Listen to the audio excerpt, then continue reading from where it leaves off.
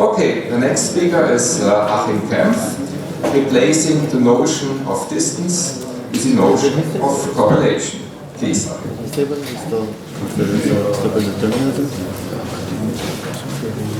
morning. Thank you for the kind invitation. I'm glad that I have this opportunity to talk to you today. Let me start with the question, what is the role of information theory in physics? I suppose there are at least two possible answers. One is, information theory is naturally very versatile. And therefore, it's no wonder that it pops up everywhere. That it is useful, for example, in Jane's description of thermodynamics, that it comes up in the description of black holes, and so on. It's just a consequence of information theory not caring about what it describes. It's just very generic, very versatile. Another possible answer to the question what the role of information theory in physics could be is that information theory is not merely versatile, but maybe universal. Maybe information theory could be underlying everything. And quantum gravity could be a part of information theory. That's a whole different ambition there. So is it versatile or is it even universal? In this talk I will give an example for each.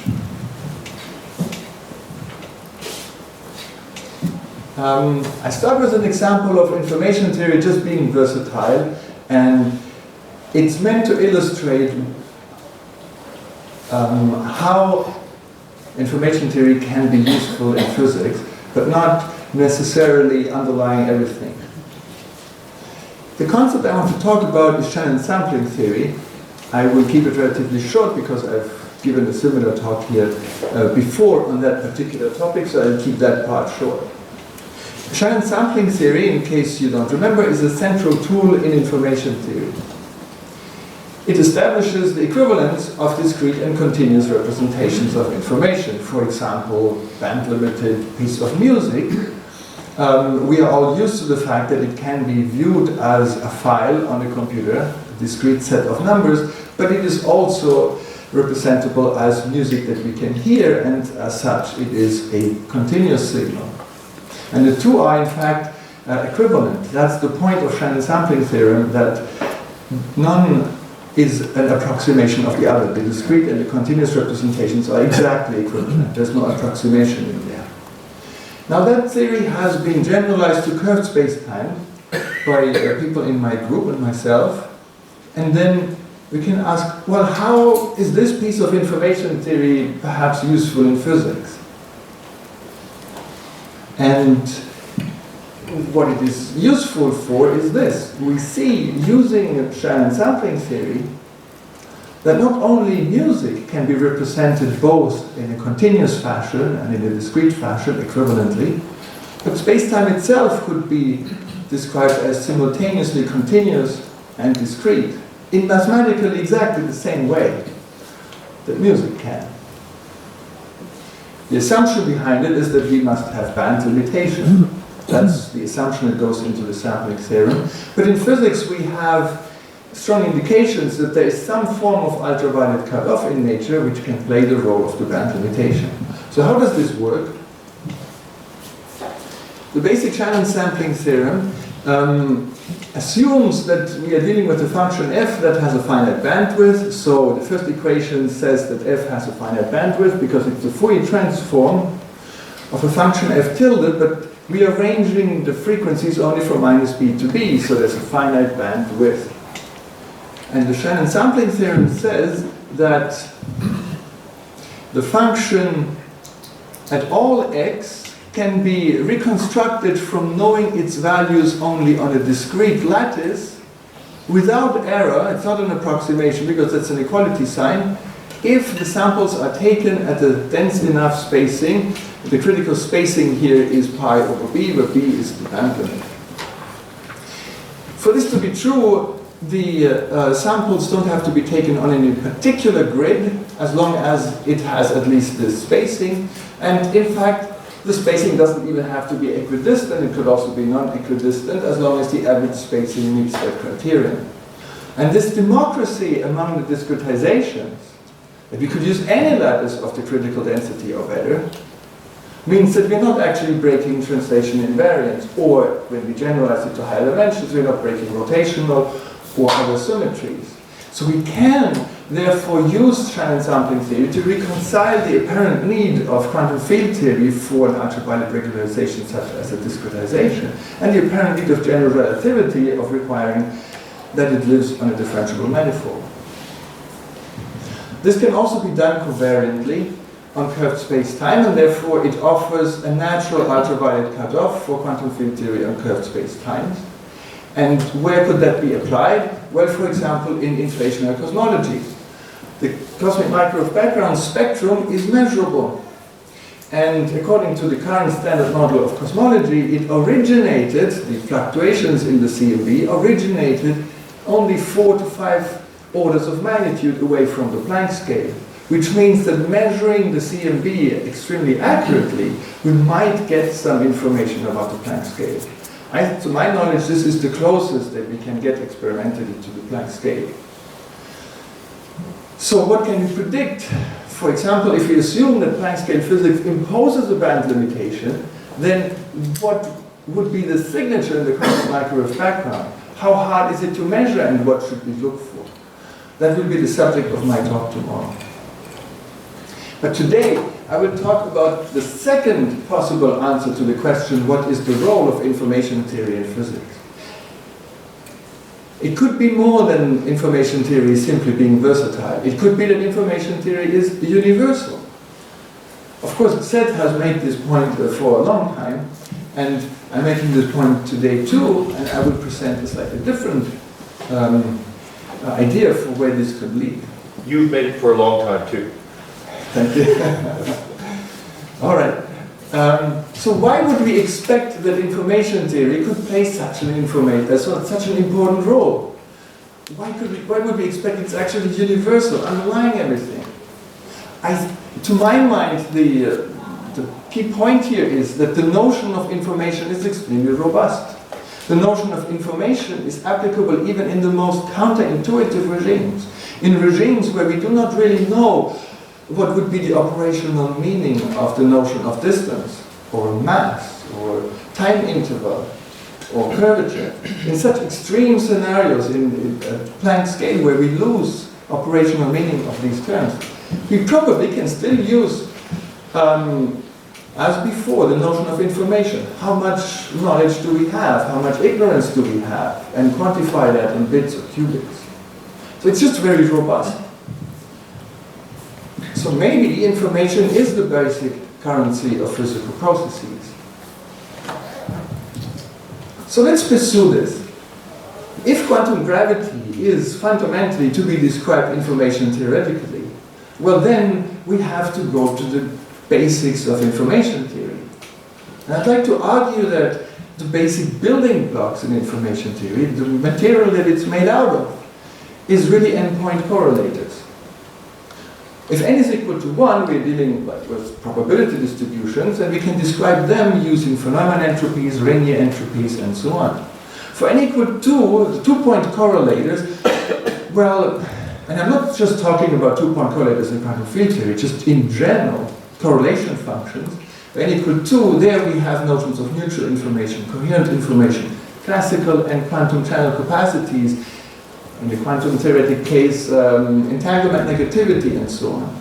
For higher point correlators, the correlations between 3 and 4 and more random variables, there we have a higher order web of informational relationships, for which, in most cases, we don't even have the tools yet. We don't really have an analog of entanglement negativity for tripartite entanglement, for example.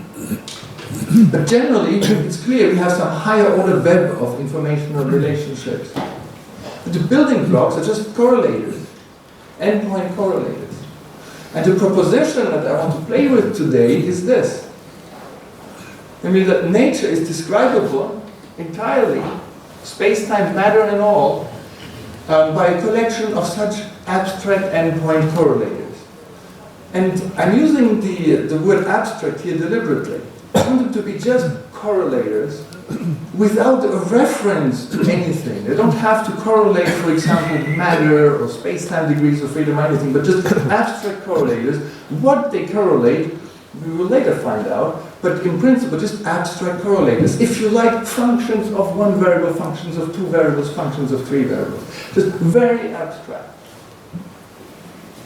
And then these abstract correlators may or may not be representable as quantum field theoretical endpoint functions on a curved space-time.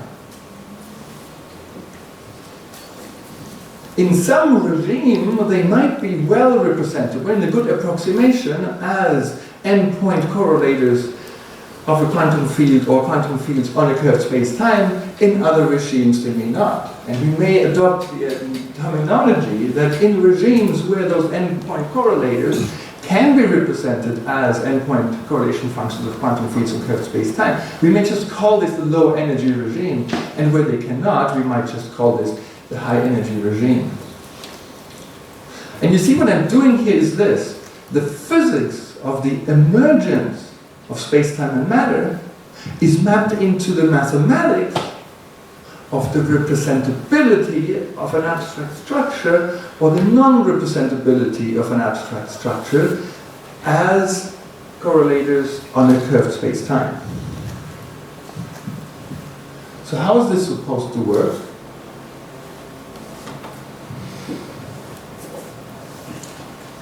In order to test that idea, we have to check, can we really describe space-time and matter in terms of correlators only? Let's start with matter. Can we describe matter in terms of correlators? And the answer is yes, of course. That's what we always do in quantum field theory. Right? We have these endpoint correlators, so that's all very familiar. And the only thing I would add is that, well, I think we should study those endpoint correlators with information theoretic tools.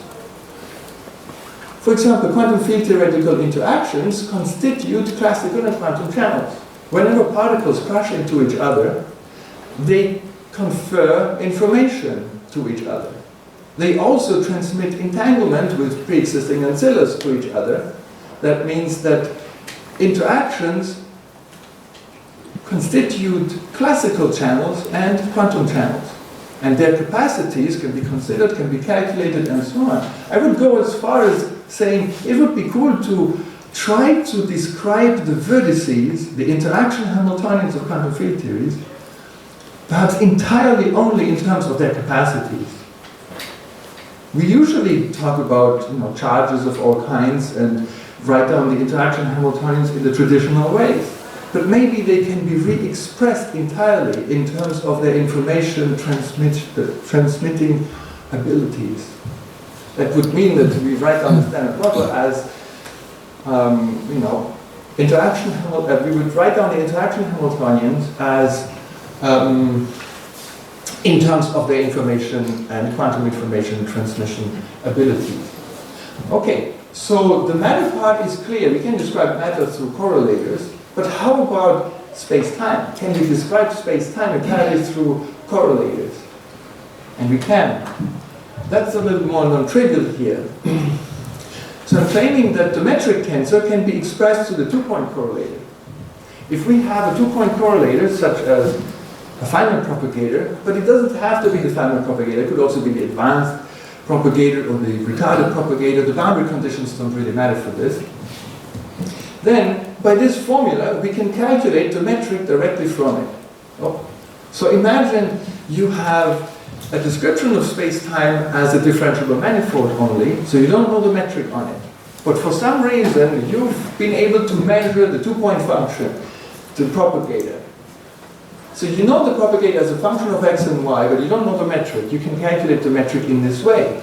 You take the Feynman propagator, take it to a negative power. Capital D is the space-time dimension. If it's 4, then that's a negative power. So you have the propagator to a a negative power, which brings the I epsilon into the numerator, which means it's no longer needed to regulate a singularity, which means what we get is actually independent of the boundary conditions.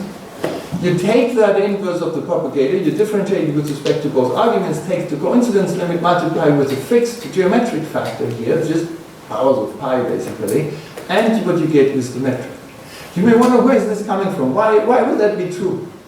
It's not counterintuitive at all. Let's remember that the propagator is divergent on the light cone, which means that if all you know is the propagator, you know where the light cones are. At every point in the manifold, you can tell where the light cones are. But by the theorem of, I think, Hawking and Penrose, we know that knowledge of where the light cones are gives us, as Seth already pointed out, gives us the metric up to a conformal factor. So the only thing we still need to prove is that we also get the conformal factor, and that we prove. We can actually do it this way. So knowing the two-point function, knowing the correlator, the two-point correlator on a curved space-time, means knowing the metric. So a space-time can be expressed in terms of the usual way, for example, as a differentiable manifold with a metric, or a differentiable manifold with an affine connection, but also as a differentiable manifold with a propagator line. It's the same information. Is the conformal limit in two space-time dimensions, is it consistent with this? Yes, it's a different formula, but that would be divergent. You get a logarithm in there, the usual 2D special case, yes. Okay, so the point here is we can describe matter as usual through endpoint correlators, but we can also describe the space-time structure itself. It is encoded in the endpoint correlators, in two-point correlators in fact. So summary so far. Both matter and space-time are expressible through quantum field theoretical endpoint functions like that. And as such, they could be now studied information theoretically, for example, in terms of their classical and quantum channel capacities. However, there is something that should bother us, which is that we describe these endpoint correlators as functions of coordinates on a differentiable manifold here. And we didn't want to put in the assumption that there is a space-time. We want to derive it after all. Can we have the questions later, please? I'm worried that... You're not obliged to take them. But I feel, though, that I should. It's your decision. Yeah. Okay, thank you. All right. So what would be very desirable is not to have the assumption of the existence of space-time already built into what we do here. So therefore, let's try for a coordinate-independent formulation of this. And in fact, that's possible. So let's generalize this to a basis-independent set of correlators. And what do I mean by basis-independent? I mean by that coordinate system-independent. And I mean that in the exact same mathematical way as what we do in quantum mechanics always. The wave function is the state written down in a position basis or a momentum basis or Fock basis or whatever basis, but the state itself, of course, is basis-independent, it's just a vector. And the operators too, like the momentum operator is often represented as a derivative operator, but you can also write it as a multiplication operator. It's just an abstract thing, right? And so similarly, I want to view those correlators not as explicit functions, but as, operators on a Hilbert space.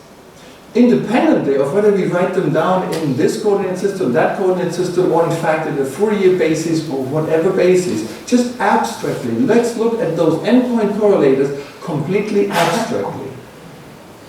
So the abstract endpoint functions, the abstract endpoint correlators are still forming an abstract web of informational structure, right? So, generalization of endpoint entanglement and things like that. But now, let's see if we can go back to the description of matter on space-time. If we know them only abstractly, if we know them not in a basis, but only abstractly, then the question arises, can they always be represented as the endpoint correlators of a local quantum field theory in a curved space-time? If you're just given some endpoint operators, then can they always be represented as endpoint correlators of a local quantum field theory on curved space-time? Thus, matter on a curved spacetime always emerge from this? No, of course not. If we just write down some arbitrary operators, endpoint correlators, that, arbitrary operators, n equal 2 would mean it's a regular operator, right? It's just like acting on a field gives you a field, acting on a vector gives you a vector. If it's a 3.1, then it acts on 2, gives you 1. If it's a 4.1, it acts on 3, gives you 1, right? So it's a generalized notion of operator. An operator just takes one vector in, gives you one vector out, but a vertex does it, right? A vertex allows you, for example, 3 vertex, you can use it to multiply it with 2 fields and get 1 field out, or you multiply 3 fields with a vertex, get a number, right? So that's what I mean by the abstract operators here. So in general, of course, if you're given these abstract operators, there's no reason that they can be represented as endpoint correlation functions on a curved manifold. No, they have to have special properties for this.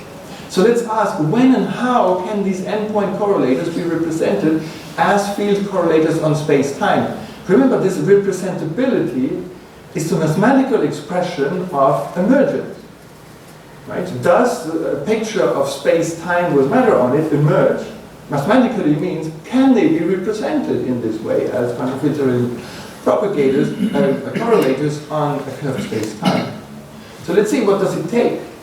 Well, let's try spectral geometry. Right? Spectral geometry is the discipline, a mathematical discipline that asks, if you know the spectrum of the wave operator, how much does it tell you about the shape of the manifold on which the wave operator lives? And we have now a wave operator. We have this abstract G2. It possesses a spectrum. Even if we don't know it in any particular basis, even if we don't have it in the coordinate system, we don't know whether there's a spacetime underlying the whole thing anyway. If we just have this, an abstract operator has a spectrum, right? Can be defined through the resolver. So the abstract operator has a spectrum, and we can ask, does the spectrum determine the manifold? Why is this spectral geometry? Well, because the propagator is the inverse of the wave operator. The spectrum is the inverse of the spectrum of the wave operator. So if spectral geometry was to work, then the answer should be yes. From the spectrum of the 2-point correlator, we can get the space-time. And of course we cannot. Spectral geometry, naive spectral geometry doesn't work. You can't hear the shape of a drum in general. And neither can you, from the spectrum of the 2-point correlator, determine what the shape of a space-time is, what the metric is, and so on. And then here it's particularly obvious, because the spectrum of the D'Alembert is what? It's the real line usually. You can't get much information from that. However, isn't that funny? Because if we knew the propagator in a coordinate basis, well, then we have a formula for calculating the metric. Not only does it exist, the derivation of the metric, we have an explicit formula for it, right? Where is it? Here, this one, right? If we know G2 in a position basis, in a coordinate basis, then we can calculate the metric absolutely explicitly. It's not even hard. So how is it that knowing it abstractly, we don't get the metric, but knowing it in a position basis, we do? So apparently, we need a bit more information than G2. We also need to know where the positional bases are in the Hilbert space. If we have that, then we can write G2 in a positional, that is to say in the coordinate basis, in the coordinate system, and then we can calculate the metric. So we need something that tells us the additional information. Where in the Hilbert space are the positional bases? Where are the coordinate systems? And we can do that. And essentially what I'm saying is that you can't hear the shape of a drum if it's a linear drum. But if it's a nonlinear drum, you can hear it. And by nonlinear, I mean you have a wave equation with interactions, self-interactions if need be, if it's just one field living there. Then you can. Spectral geometry does work, and it does work straightforwardly if it's nonlinear, your drum. If the sound changes, if you hit it hard enough. So here's how this works. We can get G2 in a coordinate basis, and therefore the metric, if the theory has local interactions, as nature conveniently provides us with. How does this work? You see, the vertices, that is to say the endpoint correlators for n larger 2, are diagonalizable if the theory is a local one. That is to say, we can write them in a basis such that they're just multiples of the Dirac delta, such that they peek at coincidence. Which means that we can identify coordinate systems, coordinate bases, by being in those bases which diagonalize the vertices. Right? And now that we have a coordinate basis read off by analyzing the vertices, we can write down all of the endpoint correlators, including G2, in the coordinate basis, and then we can get the metric from them. Which is to say that if you have not only the G2, but also G3 or G4 or whatever higher order vertices, then you can get the metric back. Right? Because you use the vertices to do the diagonalization, which tells you this is a coordinate system basis, and in that basis you write down your G2, and then once you have the G2 in the coordinate basis, well, then you have the metric. However, remember the GN, these abstract correlators, in general, if you just pull some of them out of the hat, there's no guarantee that the higher order ones, the G3, the G4, are diagonalizable. Thank you. There's no guarantee that they are diagonalizable. Right? For the quantum field theories that we know, well, they are local. And so it's true that since they are local, there is a basis, any coordinate basis, in which they are diagonal. But in general, if you just write down some arbitrary GNs that you pull out of a hat, no reason, there's no mathematical reason that the G3 or G4, that's an operator with so many, a matrix with 4 indices, for example, for a 4-point correlator, a matrix with 4 indices, there's no reason that it is diagonalizable. In general, it isn't. And neither for the operator. So let me give a summary so far. What we have is that a web of informational structure in the sense of abstract endpoint correlators may be fundamental. It can describe both the space-time and matter. Now, it is a set of abstract endpoint correlators. They are operators on a Hilbert space, but not operators of only the kind like a matrix with 2 indices, but also with more indices, right? Because they're endpoint functions. And if you just have an arbitrary set of them, then the existence of a space-time is not assumed or guaranteed. It hinges on the higher point abstract correlators being diagonalizable. If they are diagonalizable, we can go into those positional coordinate bases then. They then exist. Write down the 2-point correlator from which we can calculate the metric, and there we are, we have matter on a curved space-time. So when that is possible, then we call that the lower energy regime.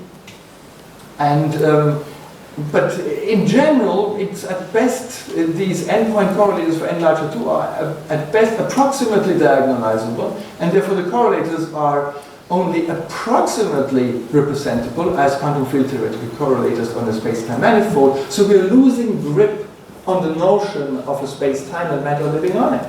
Because this whole notion relies on the vertices being diagonalizable. So non-locality directly translates into the absence of having the notion of a space-time itself. And in the true high energy regime, well, we just don't have a representability of our correlators as being quantum field theoretical correlators on a curved space-time. And we still then have an informational web here. We have a web of informational structure which is can't represent it as quantum field theoretical endpoint correlators on a curved space-time, but it's some sort of degree of freedom, space-time and matter just haven't emerged. So the conclusion. The question at the beginning was, is information theory just versatile, or is it perhaps also universal? And now we arrived at the follow-up question. If it is universal and underlies quantum gravity, then it deals with information about what? You see, if space-time and matter haven't emerged, if our abstract correlators are not representable, if we're dealing with a regime where not representable as quantum field theoretical endpoint functions on a curved space-time, then what do these correlators correlate?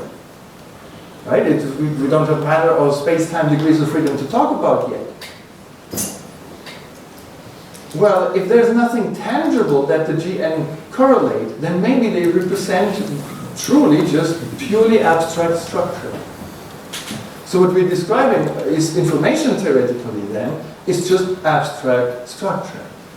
And therefore, what we would arrive at is a picture in which what is fundamental is the information theory of abstract structures.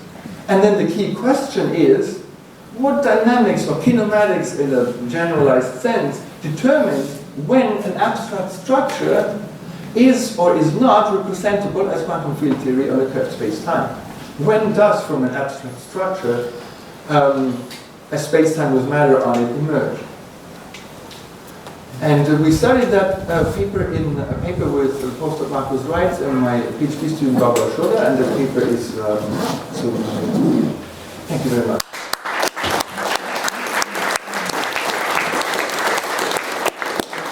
Thank you for staying also in time.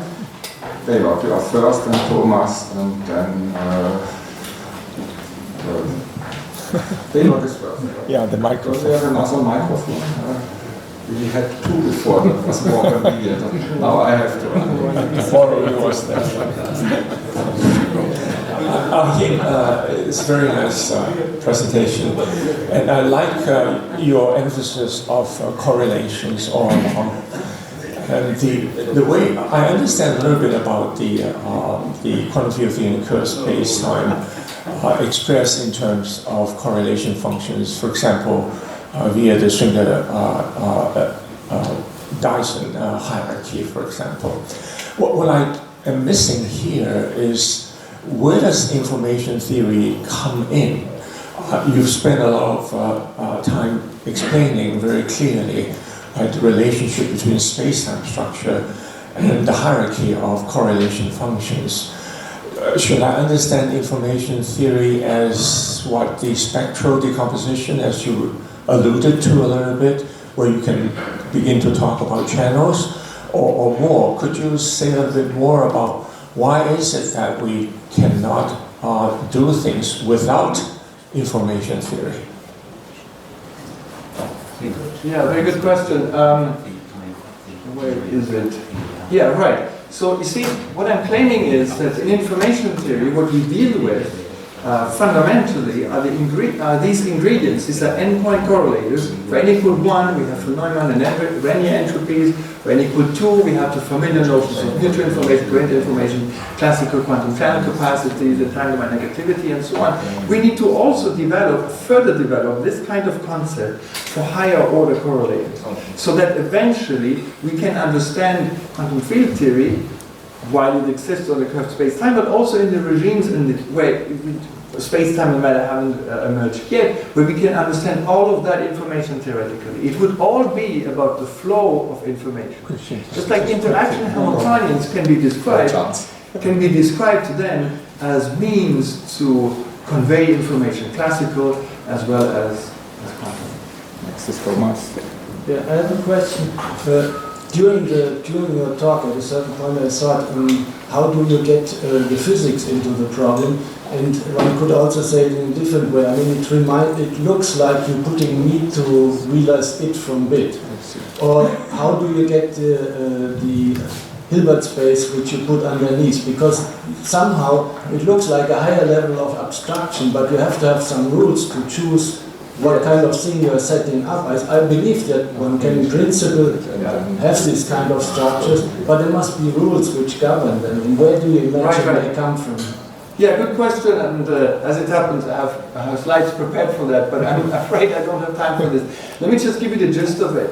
What you do is you take, starting from the low energy where we know how things behave, where we have quantum field theories, what we can do is we can take the quantum field theory of the path integral here, right, and then write things in a basis-independent way. For example, let's say in the simplest case we have a Klein-Gordon action. The Klein-Gordon action is usually written in the position representation or momentum representation. You don't need to choose any representation for it. If you look at the space of fields and you, in an abuse of notation, you write the fields as vectors, right? So this is not, I'm dealing with the path integral here, so I shouldn't really use Ketz-and-Bras, but I'm just using Ketz-and-Bras for vectors in the space that we sum over in the path integral. Then the Klein-Gordon action for massless Klein-Gordon field is actually the trace of 1/2 the D'Alembert and this, right? And that's the same as this in the position representation. And similarly, you write everything in a basis-independent way. And then you operate on that basis. And that's how you get dynamics into it, and you find out what are the constraints, how this is all working. So, one last one. Actually, the rule is short answers and short questions, more questions. So this will be What the do you last mean one. by low energy and high conservation? Yeah, that's right. Because energy is sort of a derived concept here, right? So I'm just using this as a terminology where I'm using the term low energy regime for regimes in which these endpoint correlators can be represented as quantum field theoretic correlators on a curved space-time, and in regimes, in parameter regimes here, where we cannot, because the vertices are not diagonalizable, we just call it the high energy regime, just because it matches the terminology that we usually use for between, distinguishing planetary regime from subplanetary regime. But yes, I did not define energy in the most abstract case.